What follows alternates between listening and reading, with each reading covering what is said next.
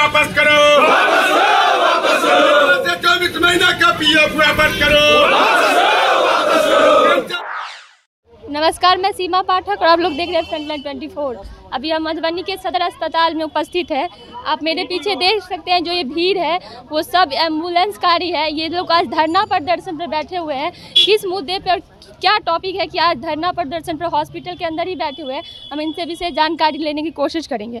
अपना परिचय दे दीजिए। मेरा नाम भगवान जी मिश्रा है और 102 कर्मचारी संघ जिला इकाई मधुबनी के जिला अध्यक्ष हैं। रात 12 बजे से हम लोग यहाँ धरना स्थल पर में हैं। अभी तक कोई तरह का कोई भी आदमी नहीं हम लोगों से सुधि लिए। इसके लिए आप आए, इसलिए हम आपका बहुत आभारी हैं। रात में 12 बजे से बैठे हुए हैं जी, 12:01 से हम लोग पूरा जिला में 38 एम्बुलेंस संचालित है। जो जिला पदाधिकारी महोदय को पहले ही आवेदन रिसीव करवा लिए थे, CS साहब को दिए थे, सदर SDO महोदय को दिए थे। उसके बाद माननीय स्वास्थ्य मंत्री जो है और उप मुख्यमंत्री उनको भी हम दिए थे। सब आदमी को भेज के आज 12:01 से हम लोग कार्य बहिष्कार पर चले गए हैं। हम लोगों का मेन मुद्दा क्या है? मेन मुद्दा है जो सेवा प्रदाता कंपनी है वो हम लोगों को कर्मचारी, सबसे पहले जिला में अभी 15 गो कर्मचारी ऐसा है जिसको बेवजह बिना अल्टीमेटम के, बिना कोई काउज के, बिना कोई लेटर के काम से बैठा दिया गया है। पहला मुद्दा है।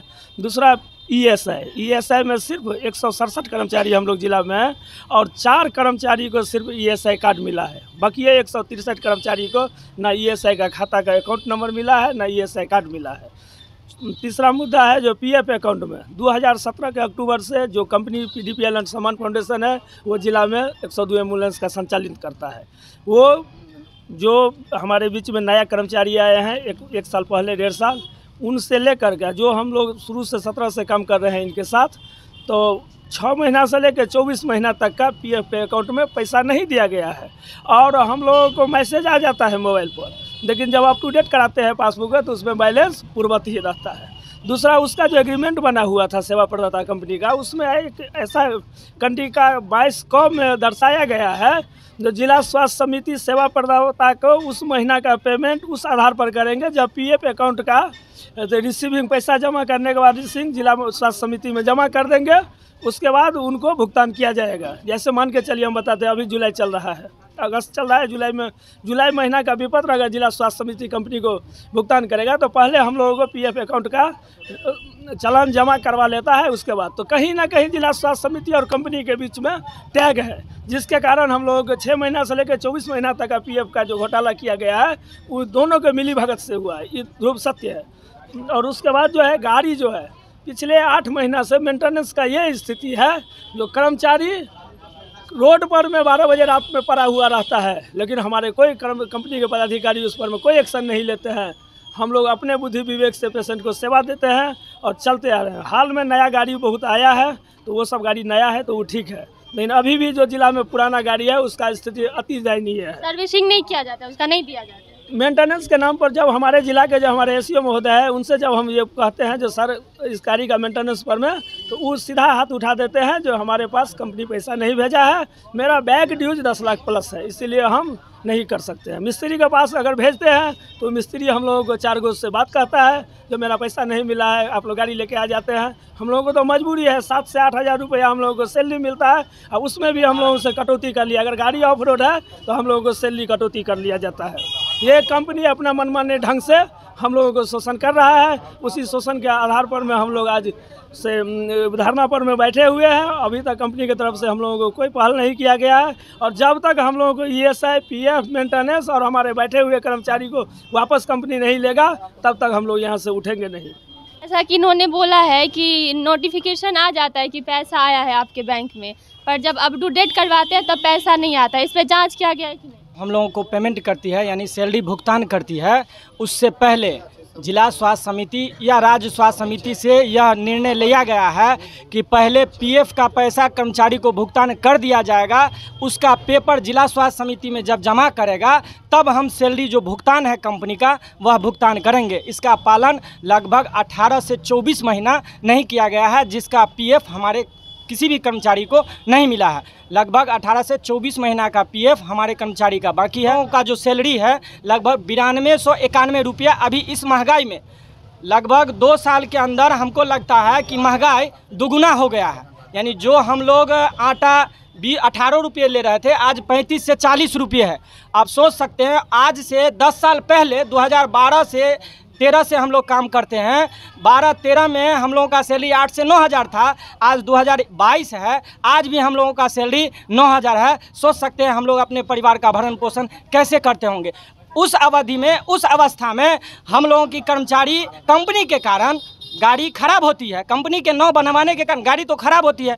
जब कंपनी समय अनुसार नहीं बनवाती है तो स्टाफ तो घर पे बैठे रहेंगे तो उस अवधि में स्टाफ का पैसा काट लिया जाता है। और आप बताइए, किसी स्टाफ को 1100 रुपया महीना आया है, किसी स्टाफ को 3600 रुपया महीना आया है, जबकि पिछले स्ट्राइक जो हुआ था, पिछले कार्य बहिष्कार में यह वादा किया गया था कि जो भी गाड़ी बंद रहेगी या खराब रहेगी उसका पैसा स्टाफ को नहीं काटा जाएगा। जिस अवधि, खराब अवधि के समय में पैसा कर्मचारी का नहीं काटा जाएगा, लेकिन फिर भी हमारे कंपनी के द्वारा पैसा, जब गाड़ी खराब रहती है तो पैसा काट लिया जाता है। अभी जो आप लोग हॉस्पिटल के, इसी हॉस्पिटल के सब स्टाफ, हम लोग पूरे मधुबनी जिला के 102 कर्मचारी हैं। जितने भी एम्बुलेंस मधुबनी जिला में 102 चलती है, सभी लगभग 30 से 35 गाड़ी है, 35 गाड़ी का सभी स्टाफ है हम लोग, और 167 कर्मचारी है पूरे जिला में। सभी हम लोग कार्य बहिष्कार कर दिए हैं।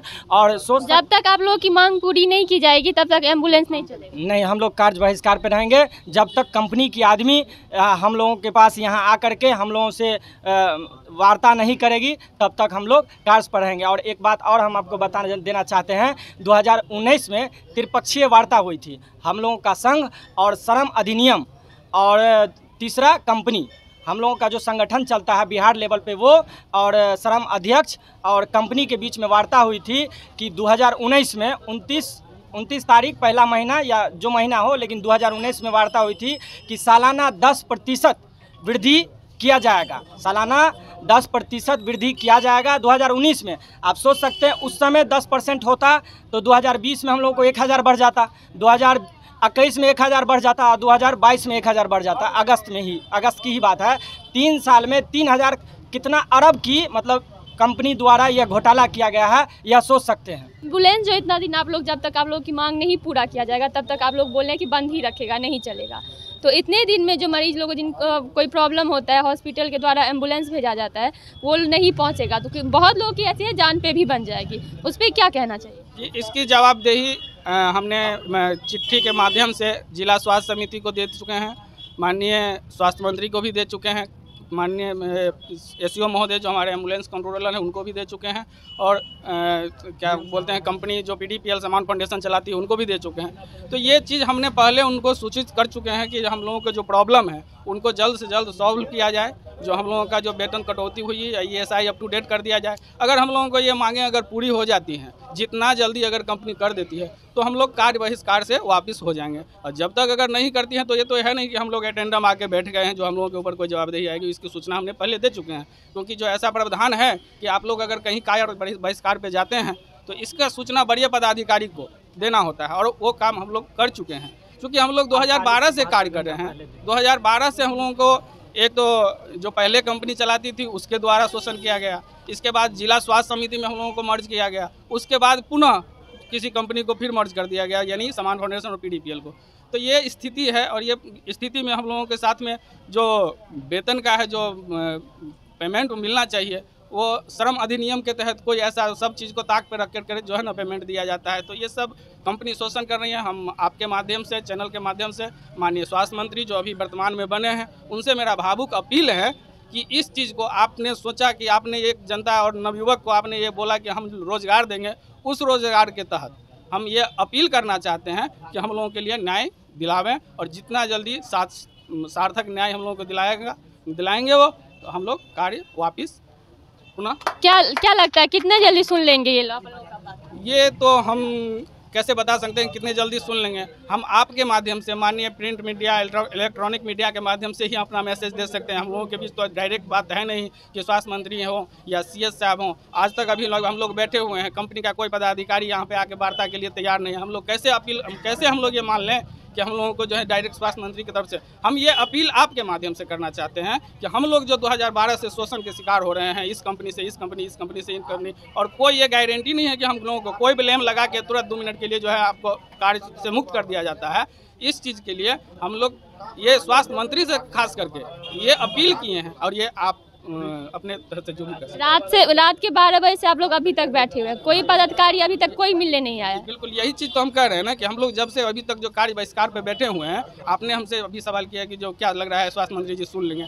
जब हमारे कंपनी के जिस कंपनी के अंदर में हम लोग काम कर रहे हैं, जब उसका पदाधिकारी हमसे आके मिलने के लिए तैयार नहीं है, हमसे कोई बात करने के लिए तैयार नहीं है, आप लोग जितना दिन बैठा है बैठो, यानी मनमानी रवैया कि आप लोग जितना दिन बैठा हो। हमने अभी आपको चैनल के माध्यम से मालूम होगा कि डीएमसीएच भी हड़ताल पे है। हमको ये भी बोला गया कि डीएमसीएच 4 दिन से हड़ताल पे है, उसका जब कुछ नहीं हो रहा है तो तुम लोगों को क्या होगा, तुम्हारा क्या होगा। ये हम अपनी तरफ से ये कह रहे हैं। तो हम ये हमारा अगर कंपनी नहीं कुछ कर रही है तो हम ये आपके माध्यम से यही हम कहें कि स्वास्थ्य मंत्री अभी जो उप मुख्यमंत्री हैं, वो उनसे मेरा भावुक अपील है कि अगर कंपनी हमको नहीं कुछ कर रही है तो स्वास्थ्य मंत्री जी आप क्या कर रहे हैं, हमको जो है ना ये इस चीज़ से मुक्ति दिलाइए। अगर काम हमें ही करना है, पेमेंट आपने कंपनी को दे रहे हैं, वही पेमेंट हमको दीजिए। हमको स्वास्थ्य समिति के माध्यम से हम लोग काम करने के लिए तैयार हैं। धन्यवाद। दे दीजिए।